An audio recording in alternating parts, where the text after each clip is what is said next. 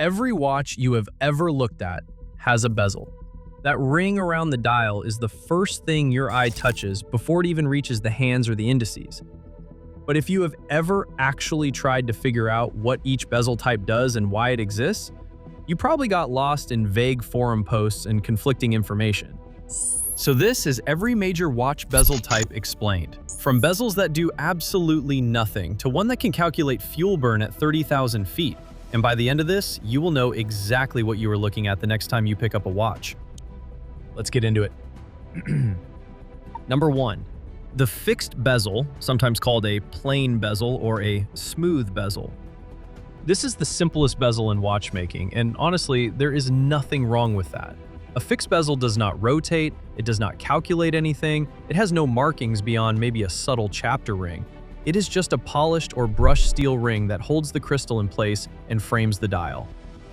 You will find fixed bezels on dress watches, many field watches, and clean everyday pieces like the Rolex Oyster Perpetual. The entire point is restraint. A smooth bezel lets the dial do the talking, which is exactly what you want when the watch is supposed to slip under a dress shirt cuff without making a statement. Think of it as the architectural equivalent of white walls in a gallery. It is not lazy, it is deliberate. The fixed bezel says, I do not need complications to justify my existence on your wrist. Therefore, if you are looking at any watch and the bezel does not move or display a scale, you are looking at a fixed bezel. And that is perfectly fine, because sometimes the best design choice is knowing when to stay out of the way. Number 2, the fluted bezel. This one is interesting because it started as a tool and ended up as a status symbol. The fluted bezel has those signature ridged grooves running around the edge, and most people today assume it is purely decorative. They are right, but only about the modern version. Originally, those ridges served a mechanical purpose. They gave jewelers and watchmakers better grip when screwing the bezel onto the case to seal it against water and dust. The texture was functional, like knurling on a tool handle. But over time, as manufacturing improved and case-back sealing became more sophisticated, the fluted bezel stopped being necessary for water resistance. Rolex kept it anyway. And because the fluted bezel showed up on the Datejust and the Day-Date, two watches that became synonymous with success and prestige, those ridges took on a completely different meaning. Today, a fluted bezel on a Rolex signals that you specifically chose the dressier, more luxurious variant. It catches light in a way that a smooth bezel never will, creating that unmistakable shimmer across the wrist. But here is the honest take. Outside of Rolex, the fluted bezel does not carry the same weight. It works on the Datejust because decades of cultural association made it iconic. On a random fashion watch, fluting can look like it is trying too hard. Context matters. Number 3, the unidirectional dive bezel. Now we are getting into tool bezels that actually do something.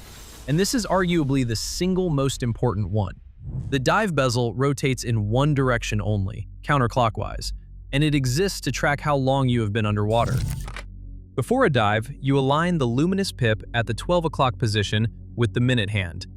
As minutes pass, you can glance at the bezel and immediately see your elapsed bottom time without doing mental math. Simple, effective, and potentially life-saving. The reason it only rotates counterclockwise is safety. If you accidentally bump the bezel during a dive and it shifts, it can only move in the direction that makes your elapsed time appear longer, not shorter. So the bezel will never trick you into thinking you have more air than you actually do.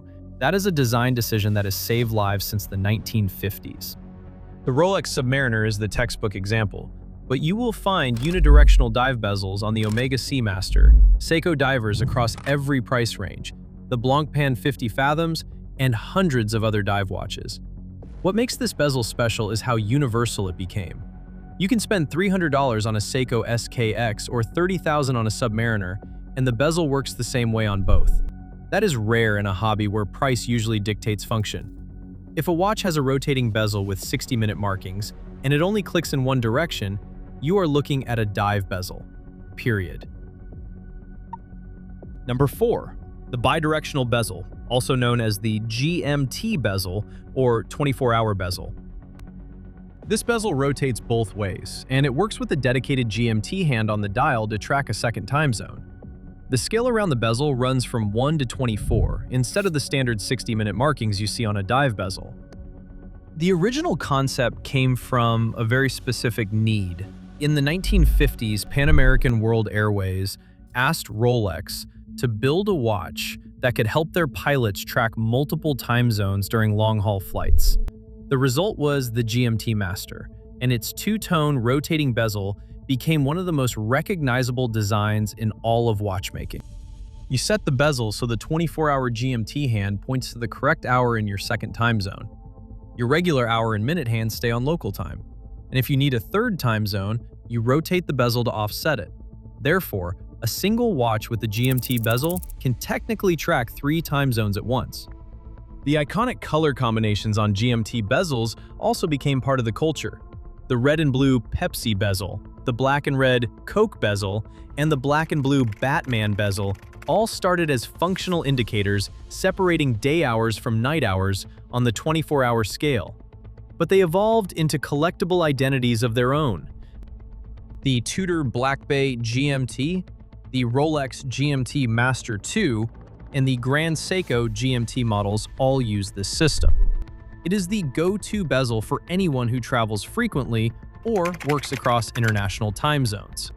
Number 5. The tachymeter bezel.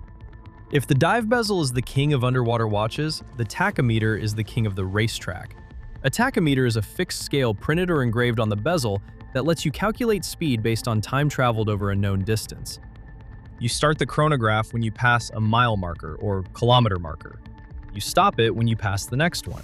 The chronograph seconds hand then points to a number on the tachymeter scale, and that number is your average speed per hour. That is all it does.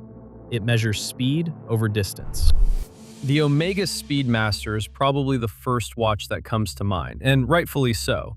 But the Rolex Daytona and Tag Heuer Carrera both built their identities around tachymeter bezels too. It became the visual signature of racing chronographs throughout the 20th century. Now, a practical note. Almost nobody uses a tachymeter for its intended purpose anymore. Your phone calculates speed instantly. But on a chronograph, the tachymeter bezel communicates motorsport heritage in a way that nothing else can. It is functional in theory and symbolic in practice. Number 6. The count up and count down bezel. This one gets overlooked because it is not as glamorous as a dive bezel or as recognizable as a tachymeter. But the countdown and count up bezel is arguably the most practical everyday bezel you can own. It works like a simplified version of the dive bezel, but it rotates in both directions. You twist it to mark a starting point, and then you can time anything. Parking meters, laundry cycles, meetings, workout intervals, or how long your steak has been on the grill. The difference from a dive bezel is the bidirectional rotation and the context. Dive bezels are built to safety standards and rated for submersion. A count-up bezel on a pilot or field watch is built for convenience on dry land. Some count-down bezels even have a secondary scale that counts backward from 60, so you can set a duration and watch it tick down to 0. You will find these on pilot watches, certain military field watches, and sport models designed for general outdoor use. Some vintage pilot watches from the mid-20th century used countdown bezels so pilots could time specific flight segments. And that aviation heritage still shows up in modern reissues today. It is not flashy, but if you actually use your bezel in daily life, this is probably the one that earns its place the hardest. Number 7. The slide rule bezel. And now we arrive at the most complex bezel ever put on a wristwatch. The slide rule bezel is essentially a circular calculator strapped to your wrist. It uses 2 logarithmic scales, one on the rotating outer bezel and one on a fixed inner ring, that work together to perform multiplication, division, unit conversion, fuel burn calculations, and airspeed corrections. The Breitling Navitimer is the definitive slide rule watch, and it has carried this bezel since 1954. Pilots in the pre-digital era used it to calculate everything from fuel consumption rates to distance remaining to ground speed adjustments, all without pulling out a separate flight computer. The Citizen Skyhawk is another well-known example. At a more accessible price point, giving everyday buyers a taste of that aviation calculator aesthetic. But let's be real, the slide rule bezel is borderline intimidating. If you have never seen one up close, the dial looks like it belongs on a cockpit instrument panel, not a watch. The markings are dense, the scales overlap, and figuring out how to actually use one takes genuine effort. Therefore, the slide rule bezel today is less about daily utility and more about a statement. It tells the world you appreciate mechanical ingenuity at its most ambitious.